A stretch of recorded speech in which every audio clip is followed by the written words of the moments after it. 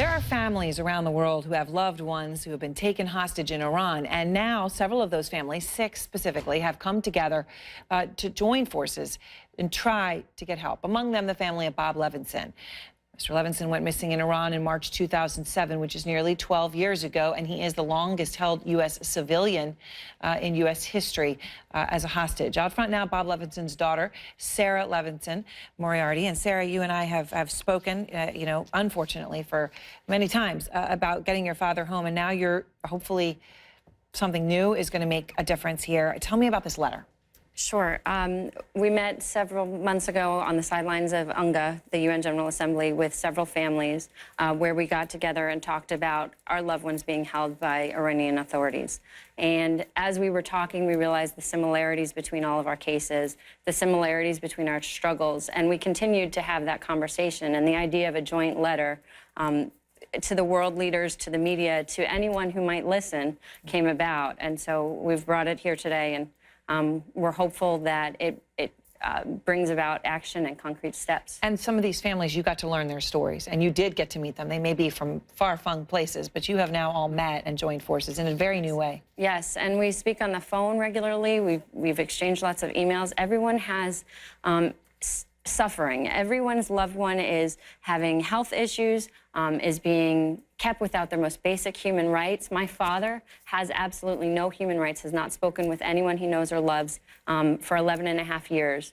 And it's similar across all of these, where everyone is affected in very specific ways and needs urgent help.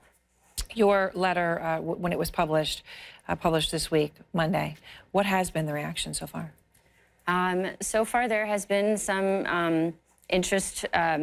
We've had different tweets and different statements from several members of the administration. We've had a response from the UN, but we're hoping for concrete steps. We're hoping for more direct action from our government and from the other governments of the families impacted. So I want to, obviously, if governments join forces on this, it could make a big difference, because that hasn't happened before, right? It's been disparate efforts.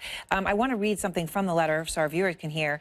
When you talk about world leaders, you say, world leaders need to make the political cost for committing human rights violations so high that releasing our loved ones becomes advantageous to the Iranian authorities. The political cost. When you write that, what are you thinking? What could those political costs be that would have this sort of influence? We ourselves are not political, so we believe each government has their own tools in their toolbox to be able to make action happen. But we have to be at the forefront of the conversations. These individuals' human rights are being violated, and yet it's still taking us a back step to other conversations with Iran. The context here, of course, is challenging. I know you've got specific members of the Trump administration who have ardently embraced your cause, the ambassador to Germany, Richard Grenell, Nikki Haley. I mean, you have people who are fighting for you. But the murder of Jamal Khashoggi obviously has now taken over the conversation around the world and what human rights really mean. U.S. intelligence says the Saudi crown prince was directly responsible for that. President Trump has said, quote, we stand with the Saudis. American lawmakers of both parties have said this is a human rights issue and a much broader one. Also, there are hundreds and hundreds of dissidents being held in prison in Saudi Arabia. There are at least 770 being held without trial for more than a year. There's about 3,000 in prison that have been held for less than a year. These people will likely die if we turn a blind eye and say, oh, well, we're just not going to do anything to Saudi Arabia. At the heart of this, our leadership in the world depends a great deal on our ability to promote a vision for the world that involves human rights, decency, respect, rule of law, leadership, and all those are damaged by this Trump cover-up. So those are senators on both sides of the aisle. The Iranian president, Rouhani, has taken this opportunity to speak out about Trump's influence. His comment about the murder, quote, I don't think a country would dare commit such a crime without the protection of America. Are you worried about this, that the situation with Mohammed bin Salman and President Trump could hurt this push for human rights? What I'm focused on with this situation is the fact that when the world sees the need, they will make the international outcry that is needed. And so we're hoping for the same with Iran, because this is a significant issue. There are over 20 individuals who have been taken and are being held at this time We're just 6 voices out of that 20. And so we're looking for the same international outcry for our loved ones. This is something that can be taken action on immediately. And we're looking for those concrete steps to take action. And what have your conversations been like with the members of the Trump administration that have so strongly embraced your cause? We're told it is a top priority. It will never be enough until our loved ones are released. My dad has been the longest held hostage. We're looking for him to come home immediately. He's 70 years old. We don't know how his health is. Every day we need him to be home with us. So we're hopeful, but it won't be enough. We need our government to do more until he is home. What is the latest that you've heard from them as to the status?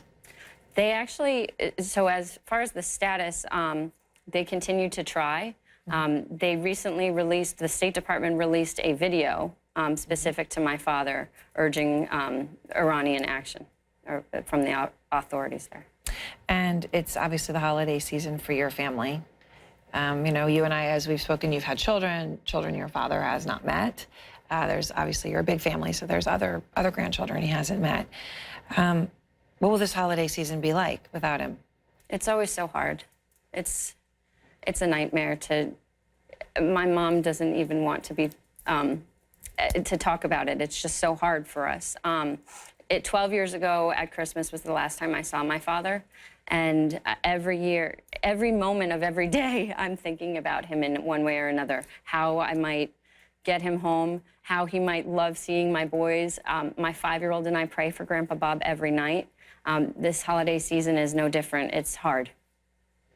All right. Well, we are hopeful that this will make a difference. You have been, you know, indefatigable about your efforts to get him home. And if he is anywhere and has seen this, he certainly knows that. Thank you very much. Thank you, Sarah.